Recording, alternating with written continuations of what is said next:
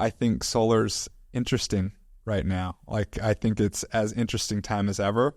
And I have some thoughts around solar as a whole, like these stereotypes of what it is and is it applicable. So I'm excited to dive in and ask you some questions around it. And more importantly, thanks for being here. Would you mind giving a little intro on who you are, the name of your company, and what you're up to? Well, thanks for having me, James. My name's Tyler McAllister, founder of Fusion Power. We do residential solar and installs here in the state of Arizona and in Dallas, Texas. And founded the company in 2017 and learn as I go. Yeah? Yeah. I like to give people a sense of being able to relate to you in some way, shape, or form. And oftentimes that has to be like what I found it useful to let them into a little bit of like your upbringing and schooling, like just to give like a little concept of like, man, okay, I'm kind of like Tyler. I was this really great student, or I wasn't this great student. I finished high school. I didn't finish high school. I have a degree. I don't have a degree. Can you give a little insight of your upbringing and what led you to it? And tell everyone how old you are as well. 40. All right, 40. Yeah, 40 years old. Cool. So going through school at a young age wasn't easy for me, from sitting in a desk all day and remembering to do all my homework and teachers being frustrated with me when I'm asking several questions over and over again. And later in life, my mom tells me, "Hey, Tyler, you have ADD," and I was like, "What is that?" They felt like they had to medicate me, and I went on this medication for 6 months. I was like, I don't like that. And so, but early on, I just knew that my older sister, she's 2 years older than me, and she'd have this like perfect notebook. Everything's all organized, and she had all these notes. And I was like, wow, this is how you do school. And my sister's really smart, straight A student. And I always tested really well. I could smash through content, test really well, but like the little things I would miss the details on in school. And my dad was a mechanical engineer, super, super smart guy, has, several patents at Hewlett Packard for things he's invented. And, he'd be late up at night trying to force me to get my homework done and hit my deadlines, and which I was super grateful for and appreciative to have a father that cared. But I was just structured differently than my dad, and he didn't understand. He was like, "Son, if you're going to be successful in life, like if you want to go to college, you got to do these things in this way." And he tried to train me to keep like a little, calendar notepad in my pocket to write down all my appointments and when everything. It just didn't work for me, right? I'm not that personality type. And I was a really good artist. I was voted best artist in high school. I was very, very creative. And that was just like a gift I had. I was just very creative, a very good artist. And I thought I was going to go to school to be an artist because like, hey, it's what I've got. And define artist for me. Just like drawing. Does that mean like actually drawing, or like you were creative and you could, like from the way that like you saw the world? All of that, but it manifested in art, like drawing pictures, painting pictures. Like all my teachers would have me do projects for them. And I just got a lot of attention at a young age for being a really good artist, being able to mimic, color, draw, like capture, facial expressions. And I liked putting them on paper. I'd draw pictures from the National Geographics and like wanted to capture people and emotions, and I just was good at it. So anyway, barely finished high school, got high school done, graduated, and then went on an LDS mission for a couple years and came back, and it was like, all right, what am I going to do with my life? And I was like, well, yeah, I'm going to be an artist, and what that looks like, I don't know. And so I started finding people that went to my church that were like graphic designers and, had other careers in an art world. And I started going to these people's house, watching what they're doing. And I was like, I don't want that to be my life. And started talking to some people that became artists for a career. And they're like, I would recommend keeping art as your hobby, whatever that it looks like, and not make it a career because it kind of kills the creativity and the joy there. And so I became uncertain what I wanted to go to college for. And I started taking classes over and over because I wasn't engaged. And about a year and a half into college, after taking, I think, English class like 3 times because I just was checked out, I started, I got married, started making money door-to-door sales. And I went out with friends and started making good money. And, at a young age, I bought a house, got married. And I was like, and that career started to progress, and I was very invigorated, like learning with my hands and learning first, customer acquisition on the doors at a young age, learning how to create revenue just walking down a street, and watching people up the chain in this business taking the same skill sets I was learning and making millions of dollars. And I quickly felt like I need to put college on the shelf until I figure out what my real passion is, and I continued to invest into door-to-door sales and growing and training and recruiting, and eventually found myself that, like, hey, that's really what was feeding my soul. I loved the psychology. I learned that I had a gift of teaching. I was really good at teaching. I had an ability to consume information and teach it to people, both if I'm selling someone or educating somebody on how to sell this product. And I just gained this passion for helping others and developing people in this industry. And that's what started to feed my soul. And I just created this vision of what my future was going to look like, and it kept climbing the ladder of what this industry was teaching me and learning from good leaders above me that would pour into me. I'm super grateful for the leadership that was given to me at a young age to develop myself.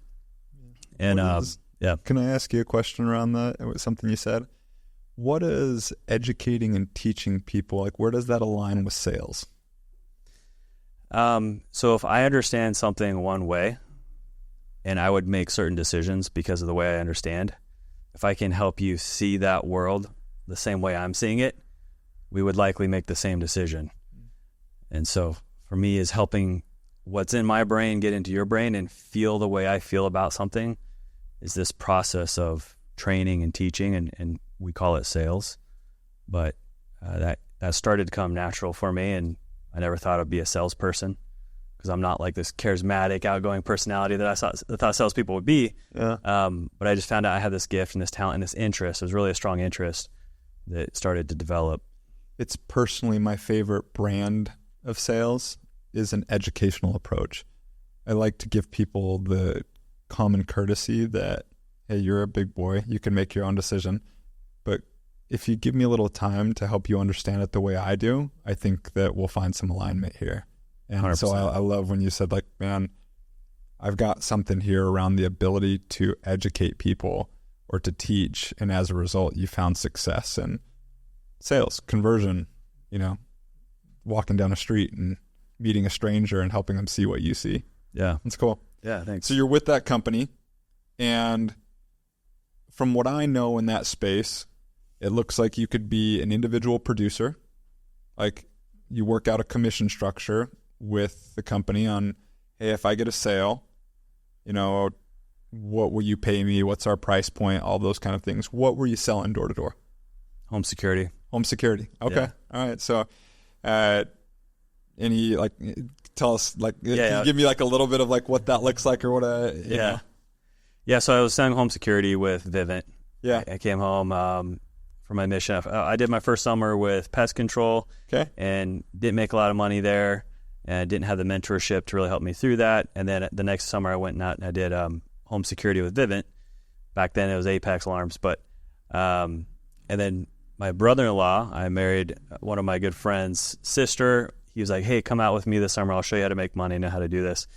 And I really learned from him, and he gave me an example of how to go out and make significant money doing door-to-door sales, and I just absorbed that like a sponge. What was significant money to you at the time? So at the time, this was like 2007. I had never really made much money in my life, and we made $80,000 in 4 months. And that was enough to, like, not have to work for the next off season, go buy a home, furnish it, recruit, and have some money left over to go out and do it again the next summer. Yeah. I am pretty passionate about this topic because there's just a certain skill set that you get from knocking on someone's door you've never met. You have no clue if they're interested, if they have, any interest, if they're a buyer, and that dance of that conversion of helping them see, that you're bringing value to them.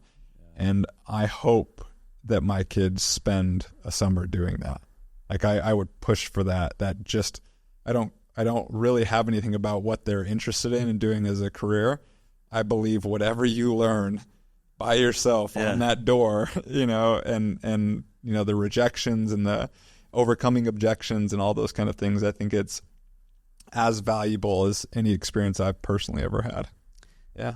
And you can't help people as well if you can't influence them to let you help them, right? Yeah. So that's kind of the beauty of that skill.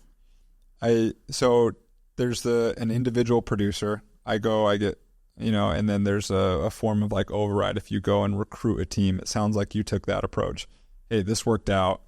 I'm going to go tell my buddies about this. Yeah. I'm going to build a team, and it works out that if I bring you, I get a piece of your commission, and there's a way to kind of build a team with some stability. How did that go for you? Yeah. So I went out and recruited all my friends, took them out to the next summer, and they mostly all quit. And I was like, what's going on? Like, how come you guys aren't making money? How come, so I learned that this wasn't something that, my first summer I wasn't doing a lot. I didn't do any recruiting. I just figured out for myself. And I realized like, yeah, I've learned something that's not just happening. Like I've got to help these guys understand why this is working, why it's not. And so to save my friends from having a failed summer and also to fulfill on the promises I was like, I really started pouring into them and helping them through that process and training them and digesting what was happening and what was going on. And so I saved some of my friends from leaving that summer, but learned that this was definitely a skill set that wasn't just, knocking and talking. Like there was some genius behind the process. And so I really started figuring out how to train, and the leadership skills was part of the retention, part of really building a high-producing sales office. It took a lot of grit. It took a lot of willingness to go through failure and not have things be easy. So I started to see really quickly like the decisions people around me were making around like quitting early or letting go fast or not having the interest in something that I really had a strong interest in. And it became clear to me as like, hey, there's certain people that are going to make this thing work, and I need to invest my time in the right people and look for the right people. And so I got clear on who to try to bring into it and where to spend my time. So that summer I really learned that part of it so that my next recruiting opportunities were a little bit more educated and well spent and better outcomes. Yeah. For somebody that's new in the sales world that wants to develop skills, a skill set that would help them, do you have anything that you would point them first to, a favorite book, a podcast, or anything? I like I like something that's not too technical on the sales skills because it's less about sales skills and more about tenacity. It's about people that have a desire to really go out and get something. So I would say, one of my best recruits was this kid I found in Boise State University. I went out to go recruit looking for somebody, and I overheard him talking about his schedule, and his schedule was just booked top to bottom. And I could tell this kid was very intentional about his time. He had spent a lot of time studying for this test that he just aced. And I was like, this kid's a stud. I want to talk to this guy. And so his name was Eric Chatterton. I reached out to him, and this guy's, killing it in life to this day still. But it was he showed these attributes of just tenacity and grit. He had this tenacious grit about him, and it was people that could do hard things for a long period of time, like pro athletes, wrestlers, collegiate athletes that have stuck with something, that have a discipline to really drive through the difficulties. It's not a personality, it's not a look, it's not a background. It has nothing to do with any of that. So because of that, I really like Grant Cardone's book, the 10X Rule, just doing a lot of really hard things. And I guess a second book I really like is How to Win Friends and Influence People, because it helps you understand the law of reciprocity, like how to help move behavior in other people and how they perceive you and how your relationship matters. Like people want to buy from people that they like. And then I guess one on the psychology side is How to Master the Art of Sales by Tom Hopkins. It kind of dives into the granular side, the psychology part of sales. But those three books are really easy to start and give you some of the fundamentals. One other book is by that Marine. What's his name? Jocko or Goggins? Goggins, yeah. All right. Yeah. Can't Hurt Me. Can't Hurt Me. Yeah. That book just shows you how far the human body can go. We can go so much further than usually what we allow our mind to go. And that's a good one to just push your boundaries and take yourself out of the comfort zone. So handful of starters. Yeah, you named two mindset books that I would call mindset. Like, I don't think that Grant's is as much like practicalities and Goggins isn't business strategies. And then one that just taught you the basic principles. I mean, that book has stood the test of time around just interacting with people and having influence on them, you know, and that's interesting. I think it's a common theme that people have right now is that, you know, I'm seeing that with the guests that we're having here.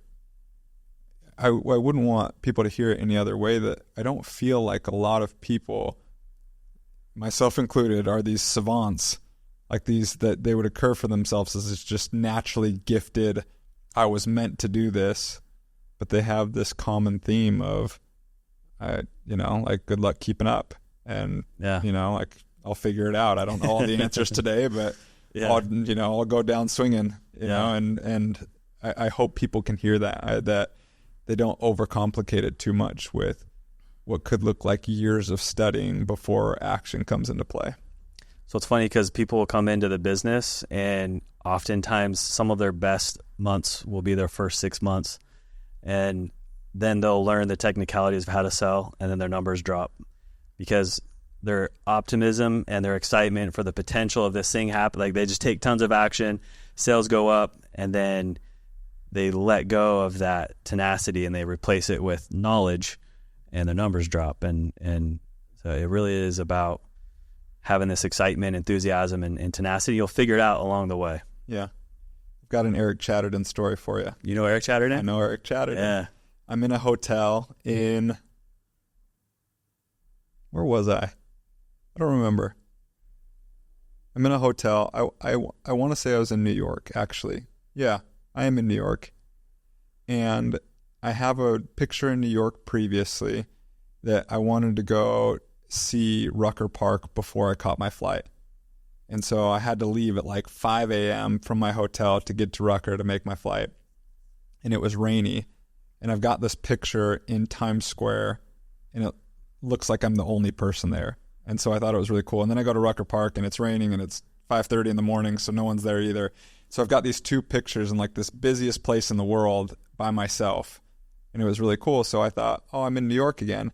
I'm going to go get that same picture at the Brooklyn Bridge, you know, me by myself on it.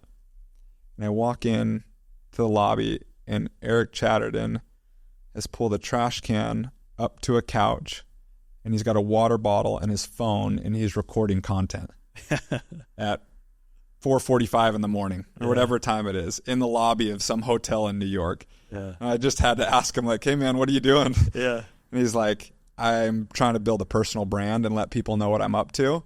Yeah. And my day's pretty busy today, and this is all the time that I've got. And like, man, you woke up at whatever time to be in a lobby at 4:45 in the morning recording content. Like, and I just thought, like, yeah, this guy's going to go do some things. Like, he's willing to just put in the work. So that's my Eric Chatterton story for you. And I find it hard to believe that people will outwork him. Oh, yeah. Yeah. He's a stud. Yeah. That's cool. Small world. Yeah. I'm excited. I'll be excited to tell him that he came up in a conversation like this. Yeah. Yeah.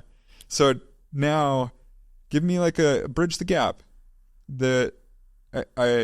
I think it's a natural trajectory from what I've seen is that you learn a skill set, you excel at it, you start doing the math on what your managers are making, and so you want to become a manager, and then you start doing the math on what the owners are making, and there's some sort of separation. What was your journey to going from I'm selling something door to door, I built a team, to being introduced to solar? Like, where does the transformation from alarms and securities go to a solar opportunity? Yeah, so about 8 years into home security, I now have kids. I've been doing it for 8 years, and moving and jumping in summers is just harder because you're trying to establish a life and you're not living in one place half the time. And I found myself kind of getting burned out of the lifestyle. I felt like I was looking for something more, long term. And a lot of people were jumping into this thing called solar. And I tried selling on my buddy. He needed a job. I was like, hey, you should go do solar. I heard it's awesome. And he's like, well, so good. Like, why aren't you doing it? I was like, that's a good question. I don't know. And so I ended up looking into it for him, and then I was really sold. It kind of rejuvenated my soul, and I was like, man, this is a long-term, year-round product. It's a different product. It's a bigger contract price. I feel it's adding more value to people because it's this 20-year, 25-year opportunity to change the way people are buying energy and saving money. So I ended up moving out to upstate New York with the first Vivint office to open a solar office out there. And at the time, I didn't want to go do any leadership. I didn't want to do any recruiting. I was just going to leave behind, the home security world and just go try the solar thing out with a few friends. So when I did it, and 6 months into it, I loved it. It was a natural process for me. I felt like my sales skills and talents really shined and became bright again, because I was kind of getting dull on this thing that I wasn't resonating with me as much, doing home security, and that brought life back to me. And at the time, my brother-in-law was in Arizona running a solar office, and he hit me up asking me questions all the time. How do you do this? How do you do that? And then he had a co-manager that ended up leaving, and he asked if I would come help run the sales office with him. And at the point, we had been in upstate New York for a year. I realized I loved solar. Our lease was up, and my wife and I didn't want to stay on that side of the country. And Arizona seemed like a really good place for us to come back in the sunshine. My wife was getting seasonal depression out there in the dark, and she was like, I want to be in the sun. And so we came out here to Arizona, checked it out, and we loved it. And we had this opportunity to sell for a solar company here. Great company. And repeated the same experience I had in home security. I recruited, I trained a sales office. About a year and a half into it, I had this really strong feeling that all the work that I've done and all the things that I've learned prepared me for the next step. And the next step was really ownership. And kind of looping back to my creativity was I wanted to be the one to make decisions in my life that were creative, to help, that intermingled with business. And I wanted to have my brand. I wanted to have my marketing opportunities. I wanted to consider all the ways that my customers could go solar because of what I felt was, my creative design. And so I talked to my brother-in-law, and I was like, hey, I think we should start our own company. And it's just something I feel really, really strong about. It feels like my life has been prepared me for this education that now is this opportunity. And so that was 2017, and he had reservations, but after him and I kind of digging into the economics and what it would require of us, we decided to make that transition.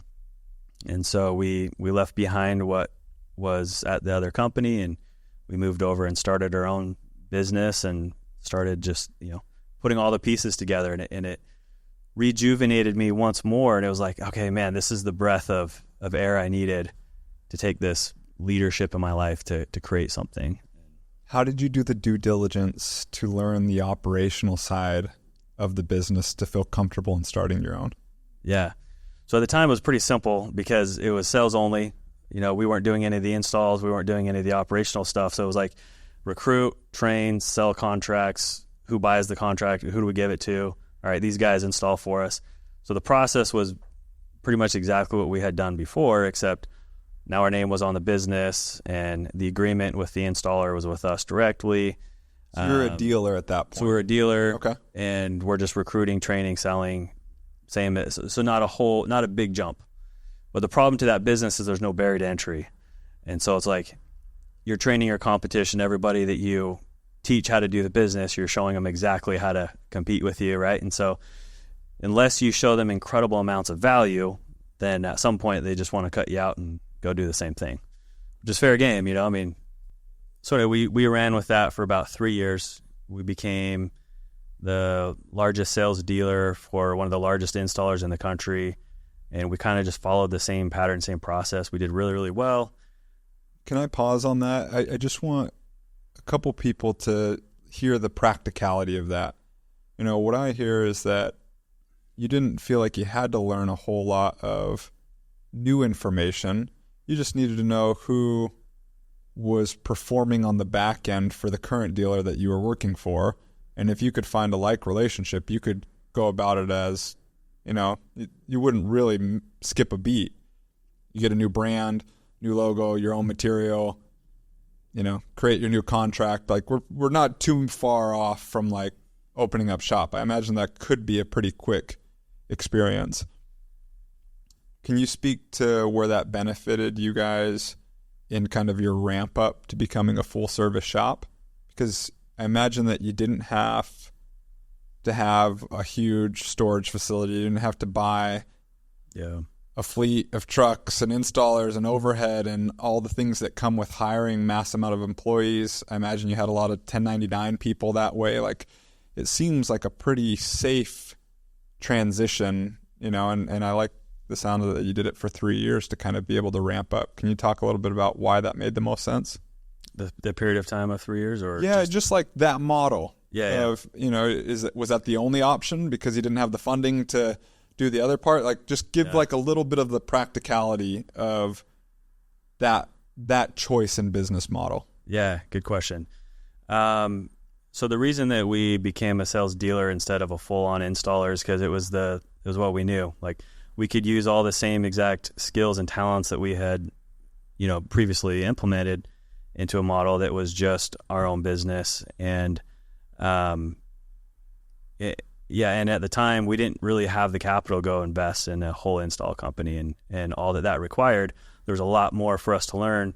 And so I felt like it was a good incremental step for us to get to the next phase, which was becoming a full in-house installer. But, because we had to learn how to create our own sales process, our own culture, our own name, our own branding, understand the products available to us. And so all those things took time, and we were really good about not blowing the money in the business, but keeping it there to be used for the growth and for the next step. And so as we got really good at honing our processes, our systems, our culture, and really creating something that we knew would work and be successful, then at that point, and we had saved up a nest egg within the business, the risk was appropriate to go then invest in the install part of the business, where there was a barrier to entry. There was costs and much more risk there to figure that part of the business out. Yeah, it sounds like you have some partners. Yep. You mentioned was it a brother-in-law? Yeah, brother-in-law. Okay. Who else is involved? So we had a brother-in-law, had a previous. So we had 4 partners when we started the business. We have just me and myself now, or myself and my business partner, Jared Gillespie. Yeah. And we exited 2 of the partners out of the business at the time. It was a good fit for them, a good fit for us. So through the process, we just learned, what vision was going to align for the company and for each of us and how we wanted to play that role. And we just had open communication through the process to, it was very interesting learning how to run a business, because you very quickly learn, like, you're in a marriage with some other people, that you got to manage those relationships and have really, really clear understanding of who's playing what role in the business and how we're going to function as this thing grows. Yeah. So, can you speak to going from sales to operations and how you navigated that successful transition? Yeah. In my experience, there's a lot of confidence that comes from being able to gain a following or, sell. Yeah. And it's like, well, I can do this, and this is the most valuable part right here. But man, I've seen a lot of companies struggle that go and outpunt their coverage. Like, they go outsell what they have the ability to operate on, and there's this misconnect of like, man, I sold the product, I sold it, and it doesn't get fulfilled on. How did you make the transition? Or maybe that was your brother-in-law, or where did that gap get bridged? Yeah. So if anyone knows Jared Gillespie, they'll know what I'm talking about. But this guy's got operational excellence. He's the opposite of my personality. He's an operator. He's very efficient. He thinks of things in a very analytical way, and he's an operator. He's everything that I would need in a business partner to be my second half. And so, as myself, I'm the creative. I'm visionary. I see systems. I see opportunities that I want to put together, and he helps me put the fabric and the frame around that. And so, as we started venturing into the idea of getting into installs, his mind started like getting on fire, because he had done a phenomenal job at helping us create sales operations. But now when we had the opportunity to go build this framework around an operational installer, because we had experience with our installer, and we took a lot of good things from there, but that's where my partnership was so valuable, because I could really handle the sales and the training and the recruiting and creating that culture and the environment there that needed to continue to bring the revenue to feed that machine. And he could take all of that revenue and figure out where those pieces needed to fit into the operational side of creating that business. And so it was just being savvy about picking up people that had done the work, that had been in that type of business, so that we're not reinventing the machine. We really relied on experienced employees that we hired from the space that kind of told us, like, here's what works, this is what we've done. And so we put a lot of trust in hiring good people that led us the way, that kind of, you open the curtain an inch at a time and you learn what's there, and then you keep building on that block by block. And so we did that, and to the point where we've built, in my opinion, the best operational solar company in Arizona. That's one of the strengths we have, is that we're fully in-house, we're fully integrated. So everything from the install side to the sell side is under one roof. And the challenge that a lot of operational people have is that they don't have that sales skills to feed the machine, to feed the revenue. And that's really one of my gifts and my talents, is doing that. And then we can deploy the capital and install our own business. It creates one beautiful machine that's more efficient and has a good experience. Yeah. In just a question that comes to mind around forming partnerships, do you remember how you guys decided who was going to fund what it took to get off the ground? Like what I imagine would be like, uniform, gear, marketing material, who paid to have the operating agreement, created, paying. I mean, maybe you were the one that created the brand. You're an artist. Maybe that was you. Like, can you dive into a little bit about how you decided how you guys, the founding group, decided to cover costs to start the new venture, and how was that accounted for? Yeah, so I had pretty much created the brand before we were really fully incorporated, but bringing Jared, we had a $5,000 buy into this thing, so we all put in $5,000. Okay.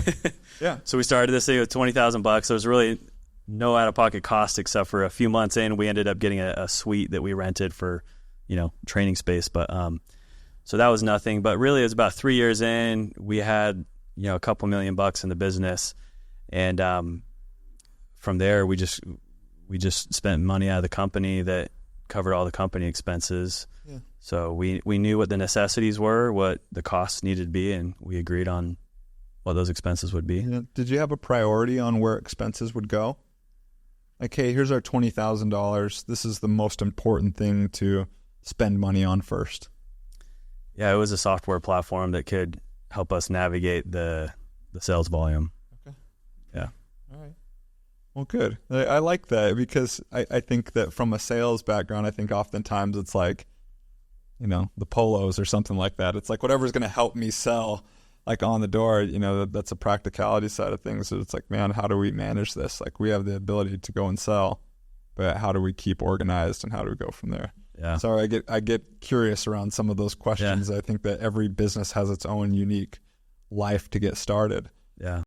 Could you speak to a business partnership that isn't in alignment any longer on the best place to start to help figure out or get back in alignment, whether that's a separation or, getting back on the same page? Yeah. Yeah, I think those conversations can be had more in the context of abundance versus cutting out, losing out, or doing any of those things out of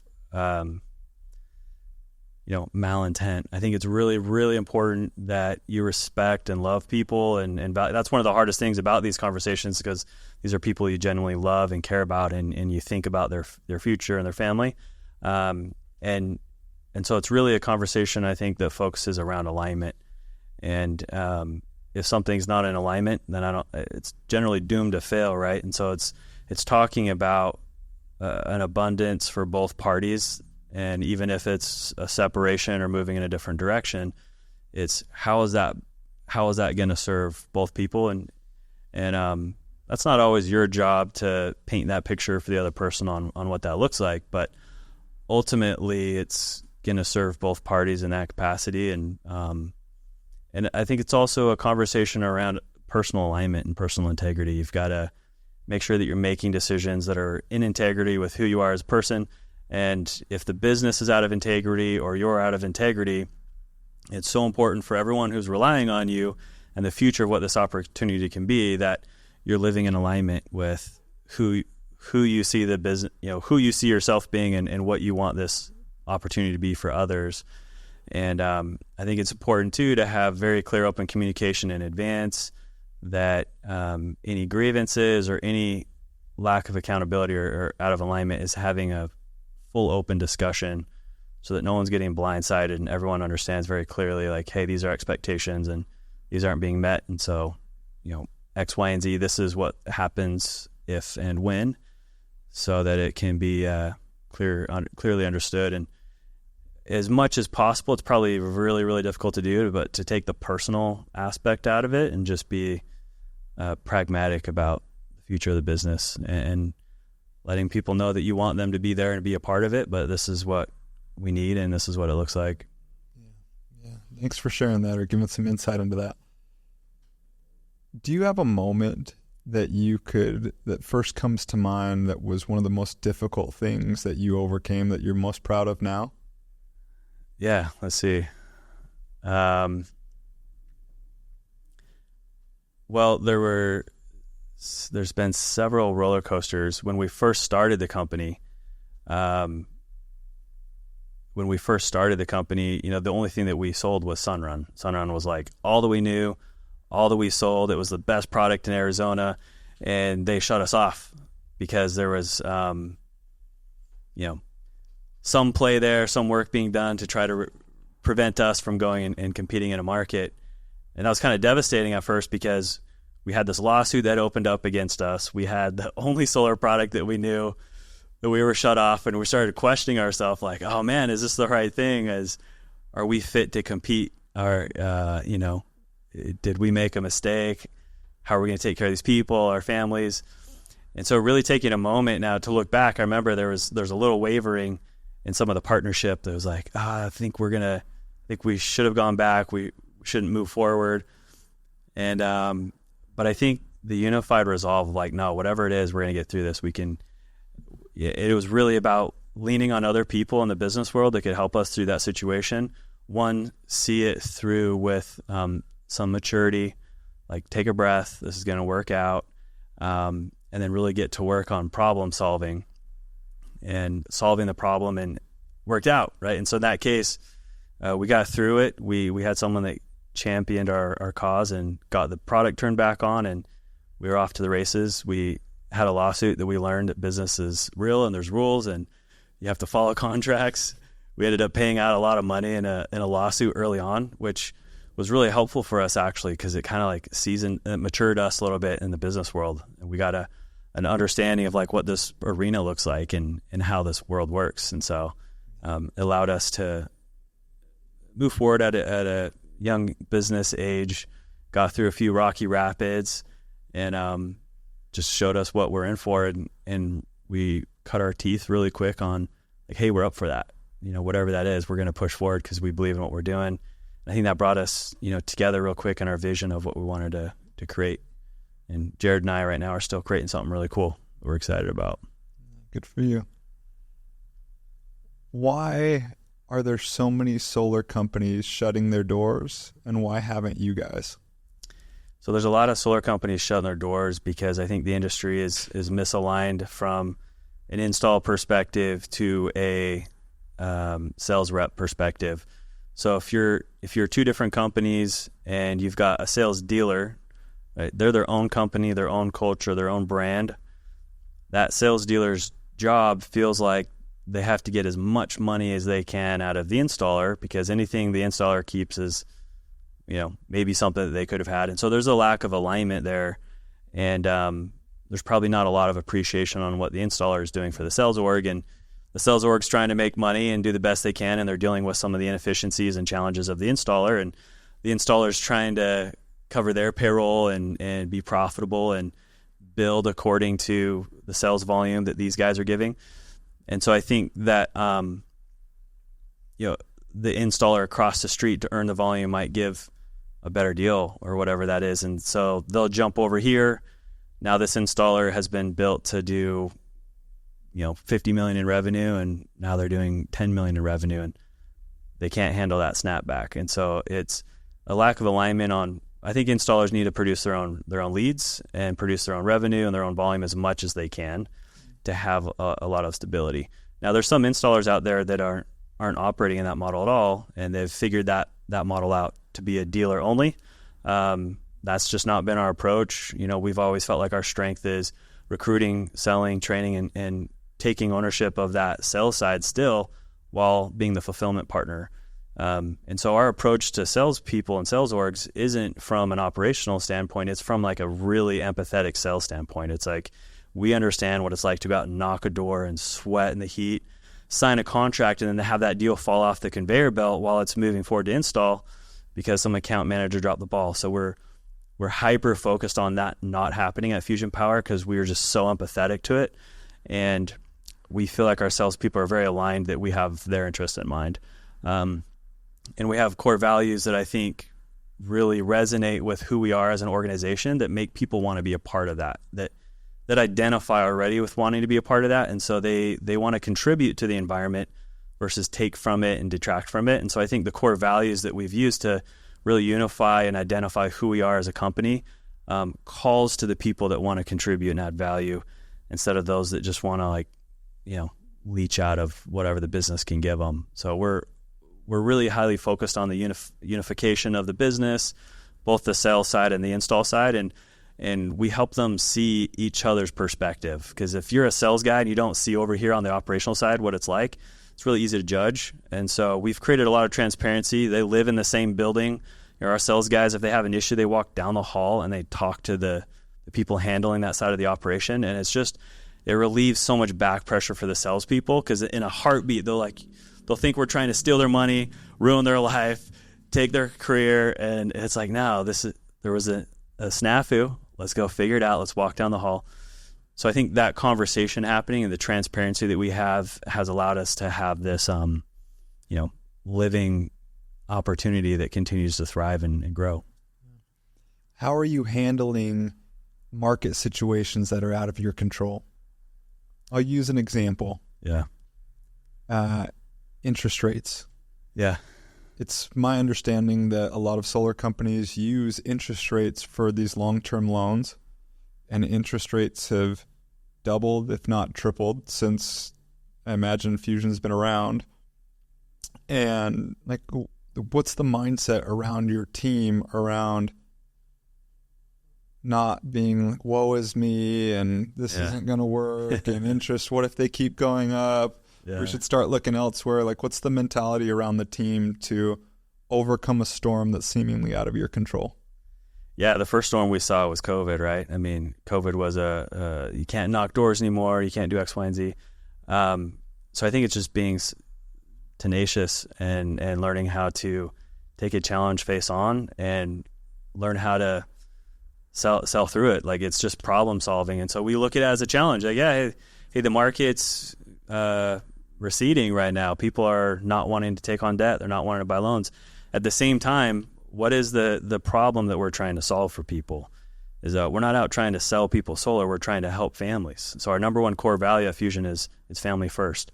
How can we go help families? How can we give them relief? Families are hurting right now. They're having a hard time paying their bills. They're having a hard time, buying bread.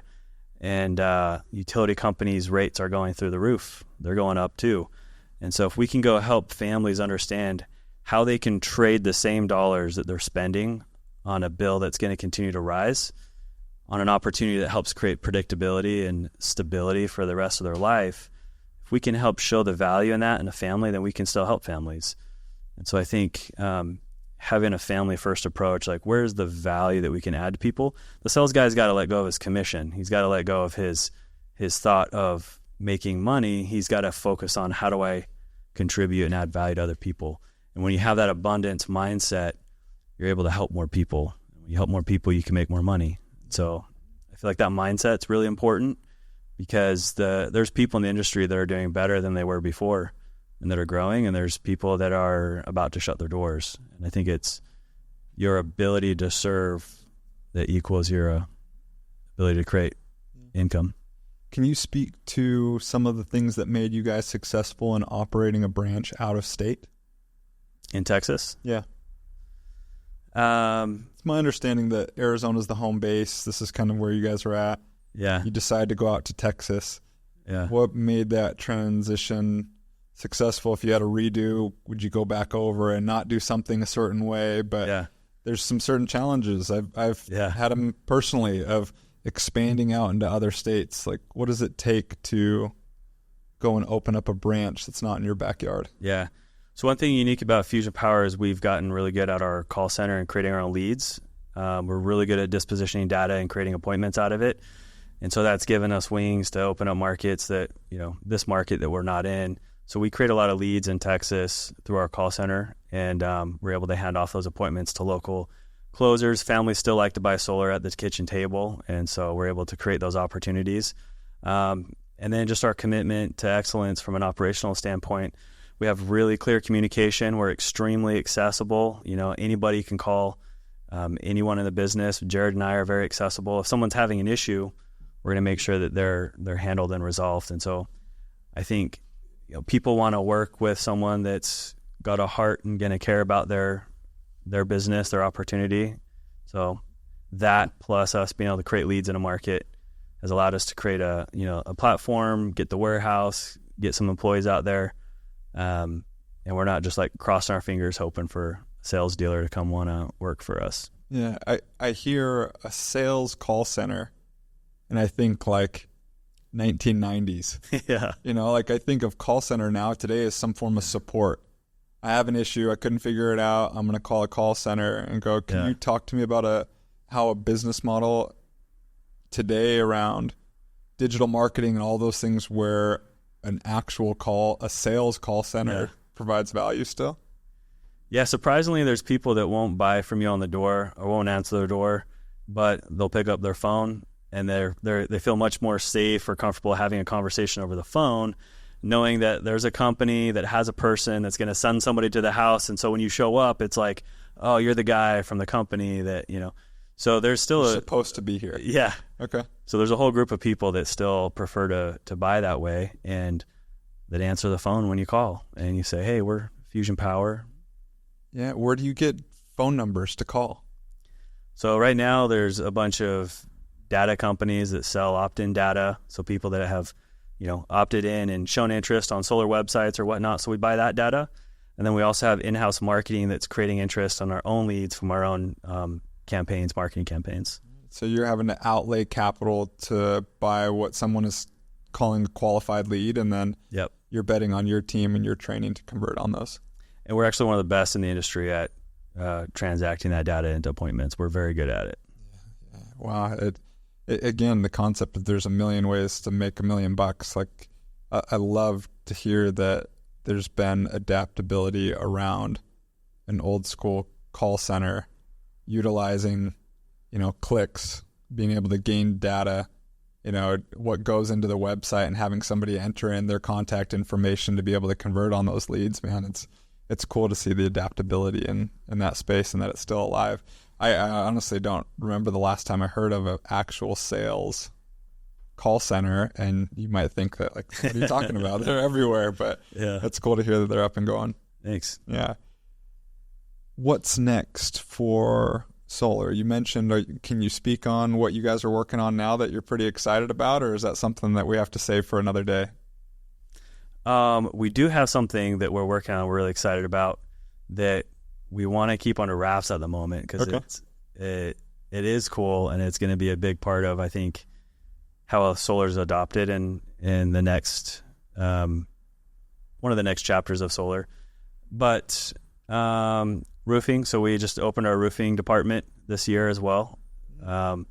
We were handing off a lot of roofs to other roofing companies, and we were handing off a lot of HVAC work. We were subbing out insulation and AeroSeal, smart chips, and so we've in-housed all of that this year. That's another way that we've continued to grow and establish our revenue, is we have more ways to serve a customer. I think most people do under one roof.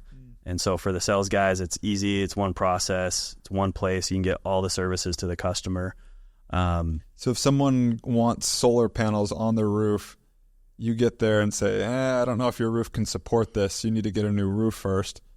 That seems like quite the obstacle to talk somebody into buying a new roof that they didn't think that they needed just to put your solar panels on top. Exactly. Like, how does that work? Like, seems like a daunting sale. Yeah. So solar, one thing cool about solar has really long financing terms. So you can get a 20, 25 year, now 30-year financing terms. And if you need a new roof, it's a really boring thing to pay for. People don't want to come out of pocket for a roof. It's expensive. It costs a lot of money, and there's not a lot of great financing options.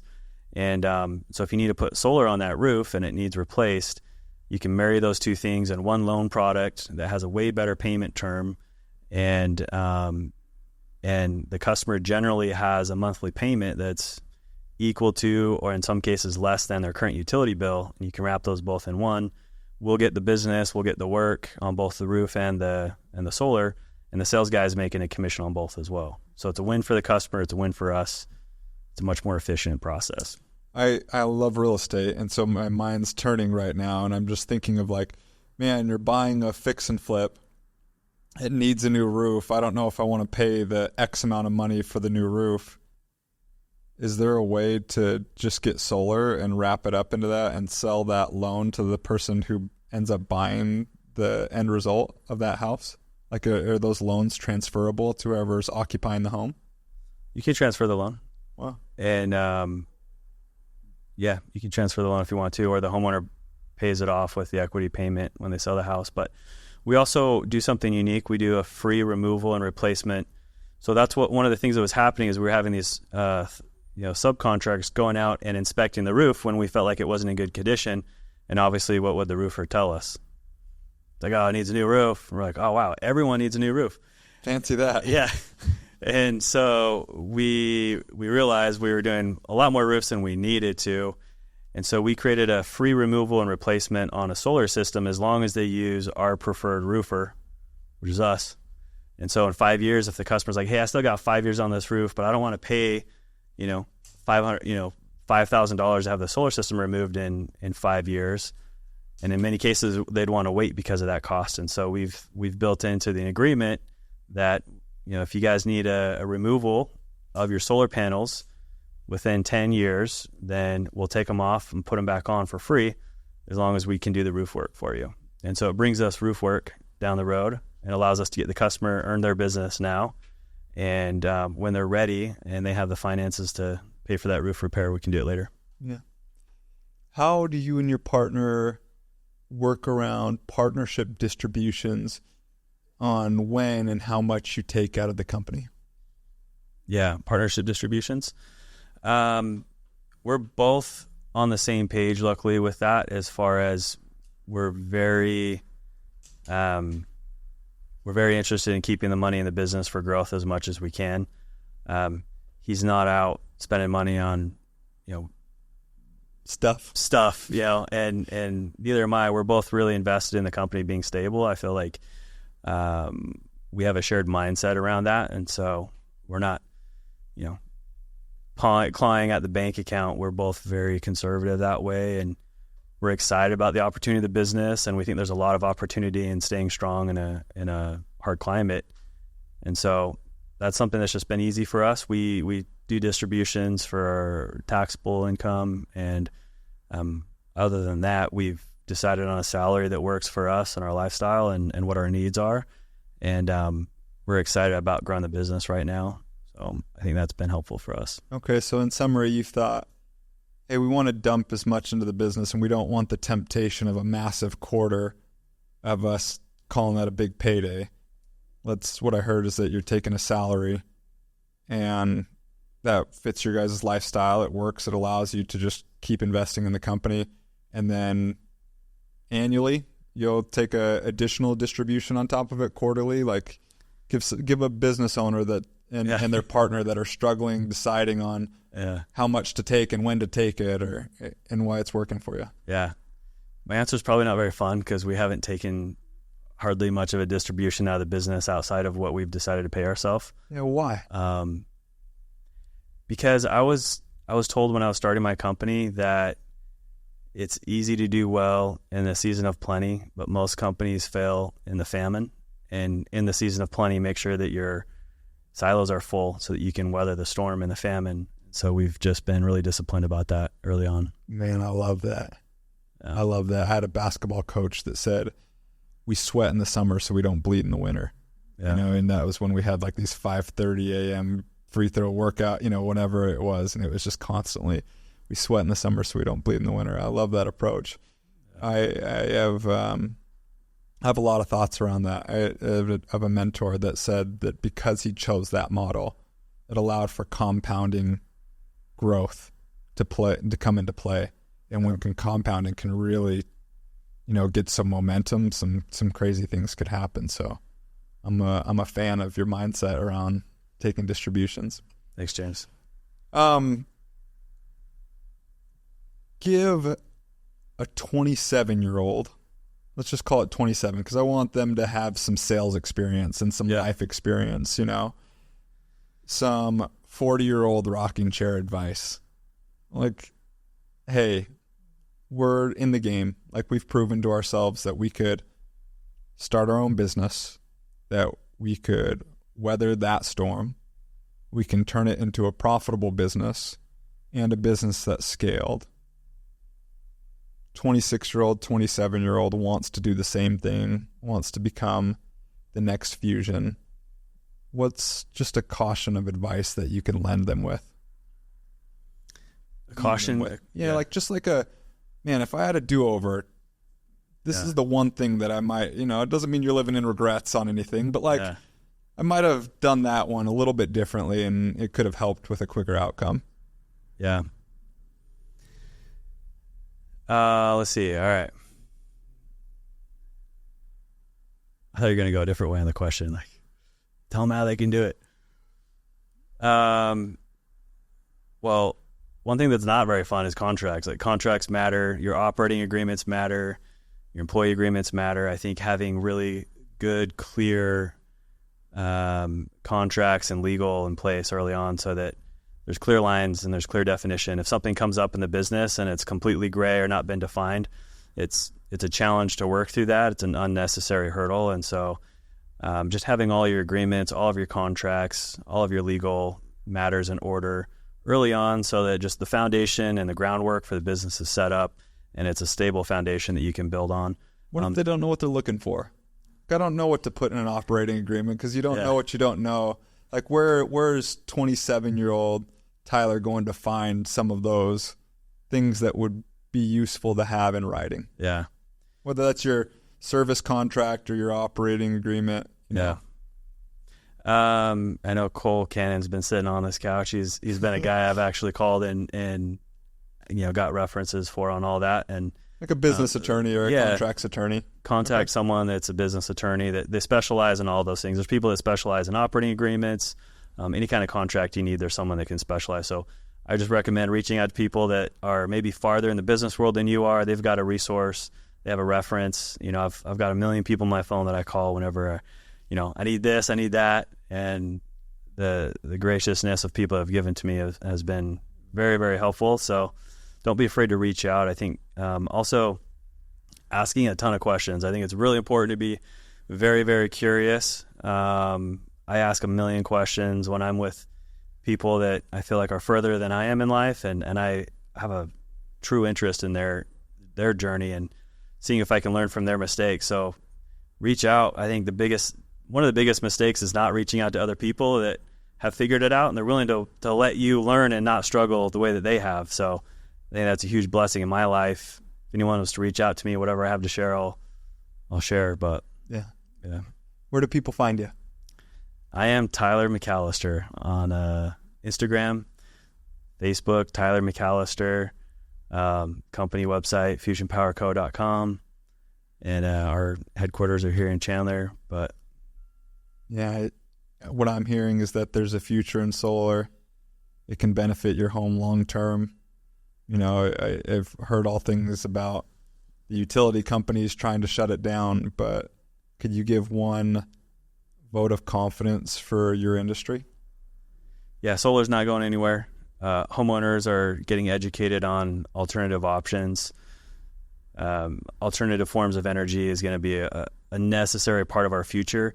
You've noticed that AI, EV vehicles, all these power chip plants, there is a need for more power in our country than we have right now. In fact, Trump just talked about our need to have double the amount of energy in our country that we currently are producing. And so there's a strong need. There's a high cost for energy in the future. I think the way that we use power today is going to be a thing of the past. Like, energy is going to be a major cost in our future, and be able to create predictability and sustainability around that, it's really important. I think being a part of that in this industry right now is going to be a cool story to look back and tell our kids or our next generation of, like, I was a part of that. And we're creating a new infrastructure, a new way to create sustainable energy for a generation like we've never seen before come up, and it's exciting to be a part of. We have this nuclear reactor that creates fusion power in the sky, and it just rains down free energy. We have an opportunity to capture that and show homeowners how to take advantage of that. We live in this beautiful sunny state. I'm grateful to be a part of the solar industry. It's been a fun ride. Learning everything that I've learned about business in a short period of time has been a awesome learning experience. To meet awesome people like you, James, who can share your journey. You've got so much in the business world that I haven't been able to experience or learn, that it would be great to continue to dig into your knowledge to learn what you do. But yeah, solar is awesome. Yeah, we hope that this is a platform that connects people, and we hope people reach out to you as they have questions. And I look forward to getting to know you more and more. And more than anything, when you have a million other places that you could be, that you created the time to be here with us. And thank you for doing that. And thanks for sharing your time and your wisdom, and keep on keeping on. Thank you, James. Thanks.